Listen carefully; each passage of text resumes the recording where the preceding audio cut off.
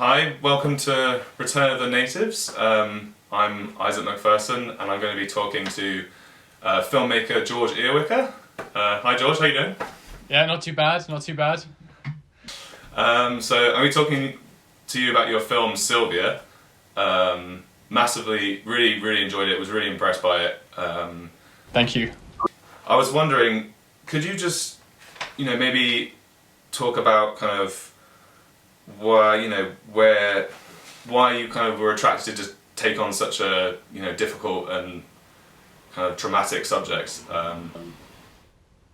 I think what it was, I think filmmaking can be kind of, or any kind of creativity can be kind of therapeutic, and I had some issues that I needed to address inside myself, and I was kind of coming to realization. I don't want to be too specific about it. Coming to realizations in my life about certain things, and I wanted to address them in a method I felt comfortable with, and that's always been making films and kind of, you mentioned it's quite difficult subject matter, and it is. And when we were going through pre-production, I was talking to the producer. He was kind of, concerned about how much of this should we go into? How much of this should we deal with? Are we going to run the risk of upsetting people with this? And it was a very kind of genuine concern of his and of mine. But I was very kind of solid on the idea that what was in the script was what I wanted to do, and I think that kind of desire to stick to the material, to be true to the material, came out of a desire for honesty, I think, on my part, of how you deal with these things, because it can be very easy to slip into cliche moral comfortableness in this situation where it's, here's the bad person, here's the good person. I didn't want to do that. I wanted to have, these are two very, very damaged people who are hurting each other, and that was it. And I was also interested in the dynamic of an abusive relationship where it was firstly largely emotional, not hugely physical, and where it was a woman doing it to a man. Not out of any men's rights activist kind of bullshit, but just because I think that's a very interesting way to deal with it, because kind of in the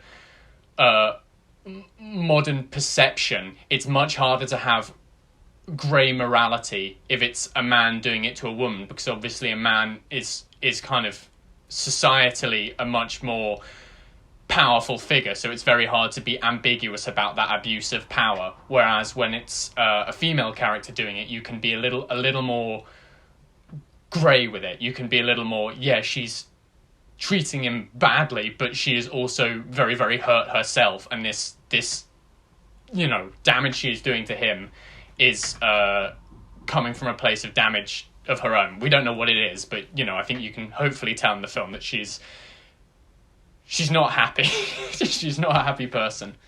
I think I probably went on a little bit there. No. Answer the question. I think you definitely succeeded in making it not. They don't feel like cliches. It doesn't feel like a kind of played out narrative in any way. I think they both feel like very like, I like the way you talked about the fact that they're both like in pain, and they're both like, they're just that they're in a situation where it's it's both of them are kind of feeding off each other in a really negative way and stuff. And I think you definitely like walked that line really well. Thank you.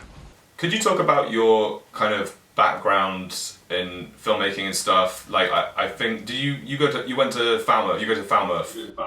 Yeah, I'm currently still a fan. Okay. Yeah. So you found this group of people that you made this film with. Are they all kind of university based and stuff? Your like kind of peers? Yeah. I mean, I've been making films for 10 years now.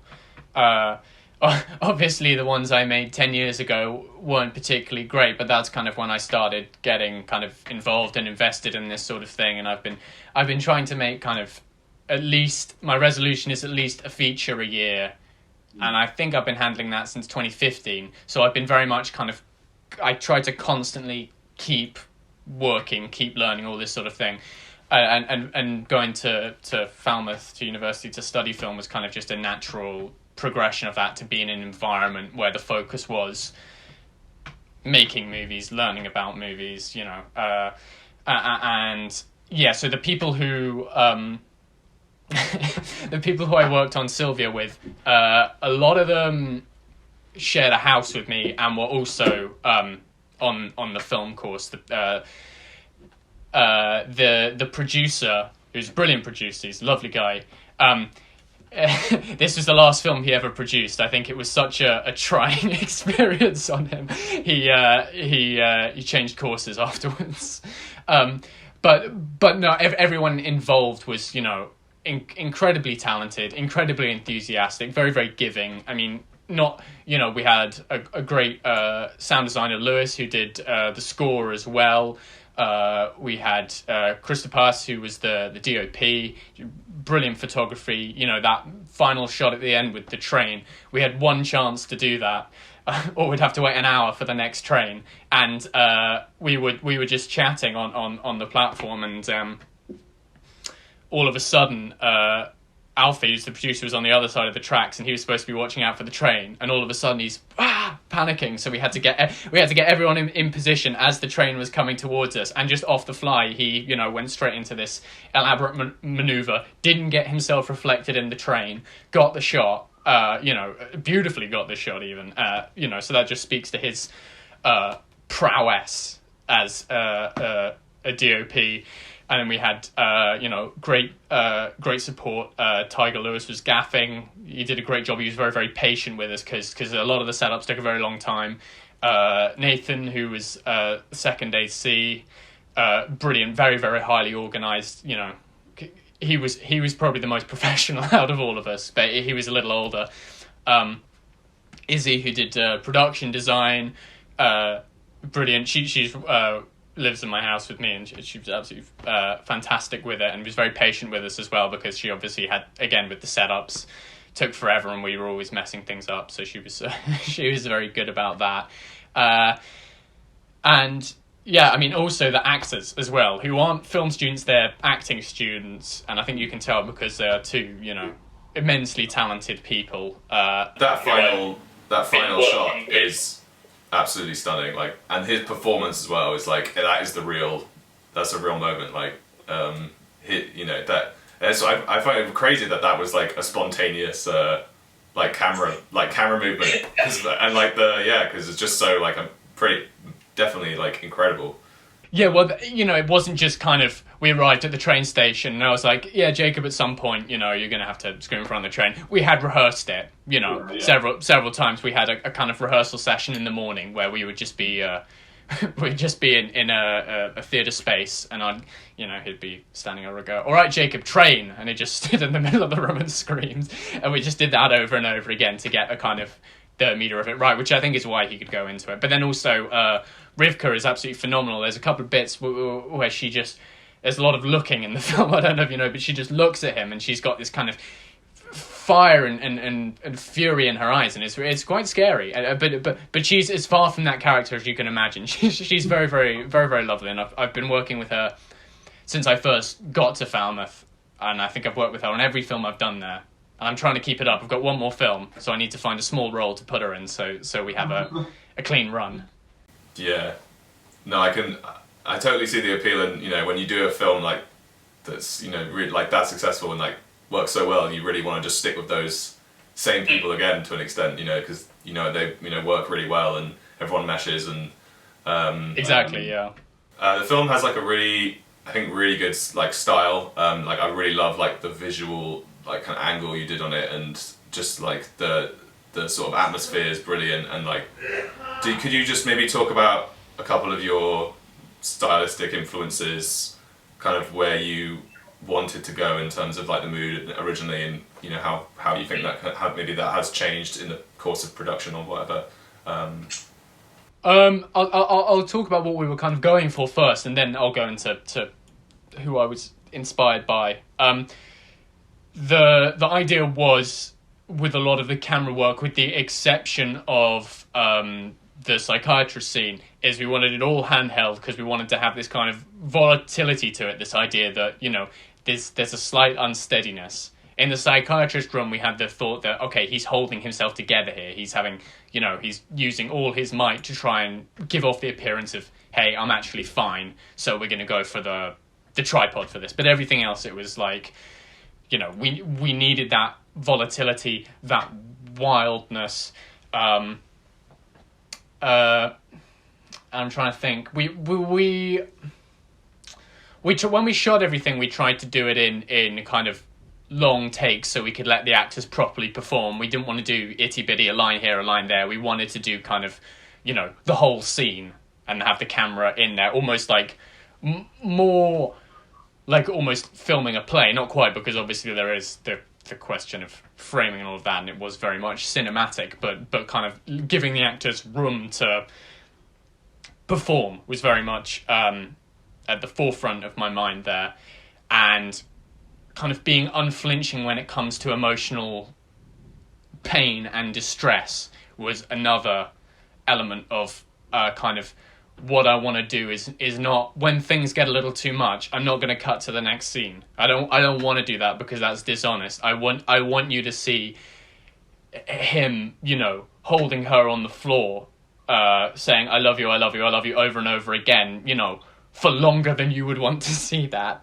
And the same with the scream at the end. I'm not gonna cut away after he's finished screaming, because in life, after you scream, there's a moment afterwards. After he's kind of realised his pain, there's a moment of more somber realisation.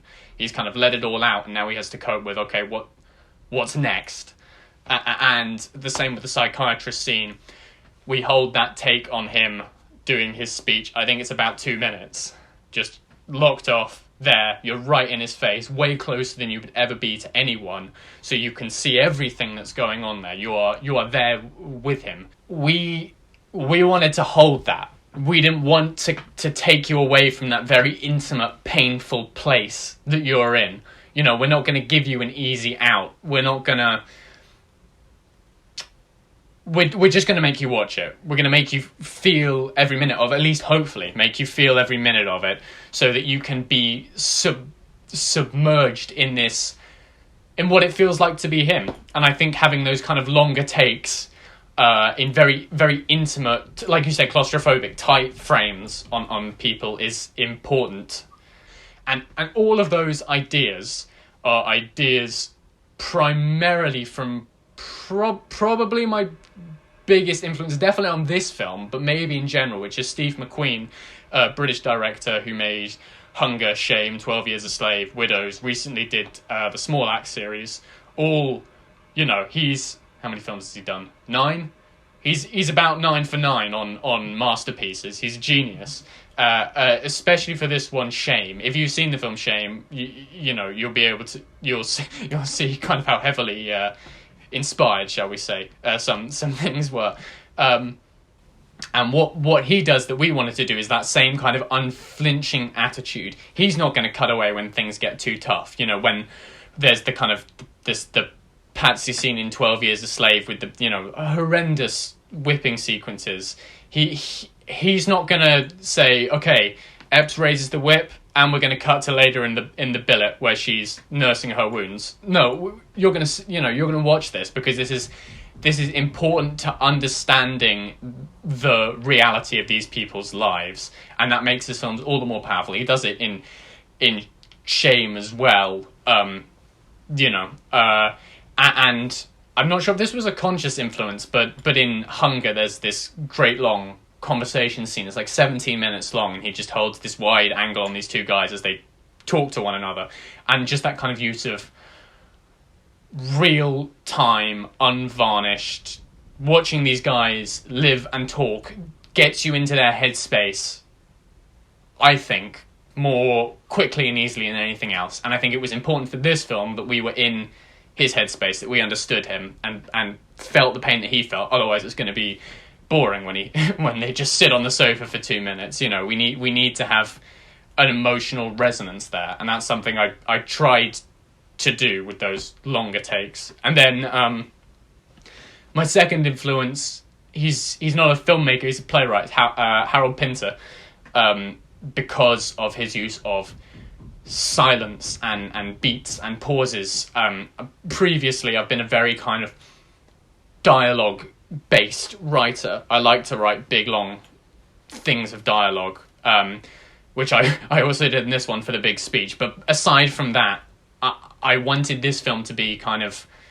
The dialogue's going out the window. We're going to have to tell the story in a different way. I didn't succeed entirely. It is still quite talky, but this idea of giving silence its due, letting the silence speak louder than the words. That, you know,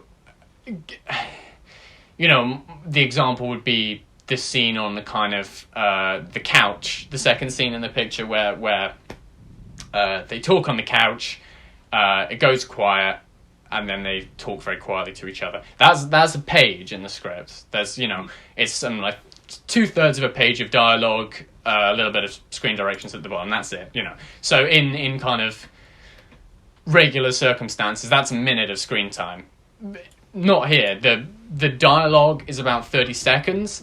The little bit of screen directions at the bottom, that's 2 minutes. It's just them sitting there, touching each other. And this is something we worked out in rehearsal, They are talking, but they're not speaking, letting the kind of the quietness be oppressive, but still have that kind of desire to communicate. The way he reaches out and wants to touch her leg, but he's unsure how she's going to react, so he checks.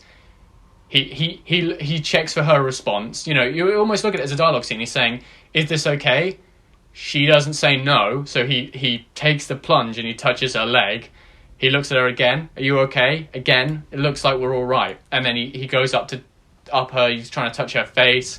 He reaches in. She shuffles, which he takes as a "get away from me." So he retracts because he didn't, So it is this kind of thing of just letting the silence, going in for the silence, basically. And it's the same with the film. I mean, the film is almost half an hour long. The script was something like 12 pages. So there's 18 minutes of silence in it. And, I got told by people I showed it to, friends of mine, they said, it's too slow, it's too quiet.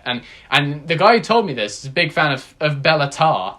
I don't know if you know Bela Tarr, but he's a filmmaker who makes, 7-hour-long movies about people living on farms. I mean, he's a genius. He makes brilliant, incredible films. But I was like, you're going to tell me my 25-minute movie is too long when you sat through all of Satin Tango in the theatre and you came out proclaiming its genius. I mean, Bela Tarr is obviously a much better filmmaker than me. But still, I wanted to stick to that silence. I like the silence. Those are probably the two biggest influences for this. There are definitely more. I'm very kind of indebted heavily to loads of people, and I don't even realise it a lot of the time. I just do it, and then I'm like, oh, that's definitely... I've seen that before. I remember that movie. I liked it. Awesome. I think I'm going to have to wrap it up. But before I end it, I just wanted to ask you about, your future projects. I saw that you were doing your kind of crowdfunding for this Western, which looks pretty amazing. That sounds really exciting. Yeah, Cornish Western. Yeah. I don't think those exist. Maybe they do, but we wanted to do one, and it's Jacob's in it again from Sylvia. So if you enjoyed his performance, we've got the same director of photography, same sound designer. So we've been crowdfunding for that over the past few months, and we've raised a little over £3,500. So it's going to be quite big as far as I'm concerned. I'm used to working with no money whatsoever. So I think Sylvia was something like £500-600.